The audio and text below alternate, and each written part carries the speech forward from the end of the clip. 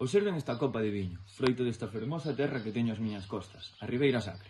Un produto excelente, con séculos de historia, pero algunha vez pensaron en todos os subprodutos que son xerados antes de chegar a esta copa e en que tratamento se lles dá? É certo que tradicionalmente o bagazo sí que se reaproveita para facer aguardente, pero que pasa co resto? O resto forma parte dun sistema de produción lineal, que supón un problema medioambiental. Os residuos de poda queimanse ao aire libre, emitindo CO2. Outros, como as uvas descartadas, as follas ou os cangallos, son depositados de volta na viña.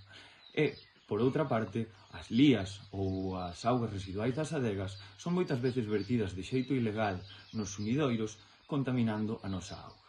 Eu son Óscar Paramotelle e realizo a miña tese na área de Economía e Empresa, baixo a modalidade de doutoramento industrial. É dicir, cunha colaboración estreita universidade e empresa, neste caso con Adegas Moure. Xuntos buscamos darlle a volta a esta problemática.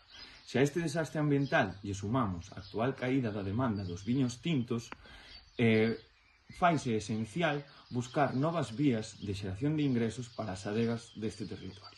A solución que propoño enmárcase dentro da economía circular, converter uns lixos problemáticos nunhas novas fontes de riqueza. Sabían que eses residuos que hoxe se tiran ou se queiman esconden diferentes biocompostos como os polifenóis? Son sustancias de altísimo valor engadido cos que podemos crear cremas cosméticas, novos produtos farmacéuticos e incluso complementos alimentarios. É o que no noso campo se coñece como simbiose industrial.